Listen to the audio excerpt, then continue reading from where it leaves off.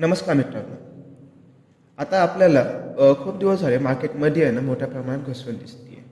आता जेव्हा गुरुवारचं मार्केट होतं तेव्हा मार्केट 23,532.70 या लेवलला येऊन थांबलं.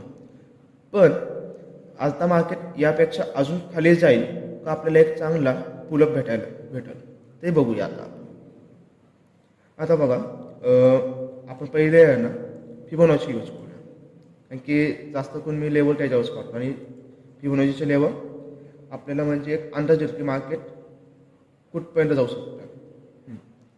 तर आता मी एक म्हणजे फिबोनाची लावली आहे, तर आहे ना 0.618 आणि 0.706 ह्या लेवलला जेव्हा मार्केट येईल, म्हणजे ह्या एक इम्पॉर्टंट लेवल आहे आपल्या.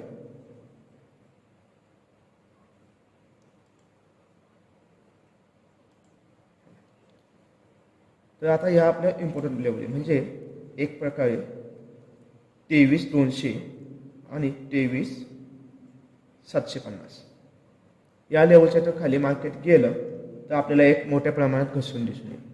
पण 23,800 ह्या लेवलला तर मार्केट थांबलं, म्हणजे स्टेबल राहिलं आणि तिथनं तर मार्केटने एक आपल्याला पुलअप दिला तर मग मार्केट चांगलं वरती जाऊ शकतं. आणि आता आपण ग्लोबल मार्केटबद्दल थोडं जाणून घेऊया. ग्लोबल मार्केट बघितल्यावर चीनची औद्योगिक उत्पादन 5.3% वाढली आहे, पण मार्केटच्या अपेक्षेपेक्षा कमी आहे. यामुळे चीनच्या शेअर्स मार्केटमध्ये थोडी गडबड बघायला भेटली. दुसरीकडे अमेरिकेची मार्केटमध्ये अस्थिरता दिसते.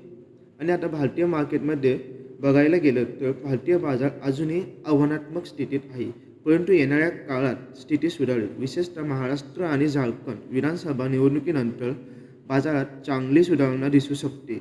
आणि एक चांगली न्यूज बघायला गेलं तर FIIची विक्री कमी झालेली आहे.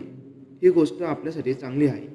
आणि जेव्हा पण मार्केट खाली पडते तेव्हा पण आपल्याला शेअर्स खूप चीप भावामध्ये भेटत असतात, म्हणजे एकदम स्वस्त भावात. तर आपण चांगले शेअर्स निवडून ते आपण बाय करावे, कारण की भविष्यामध्ये आपल्याला याचा चांगला फायदा होऊ शकतो.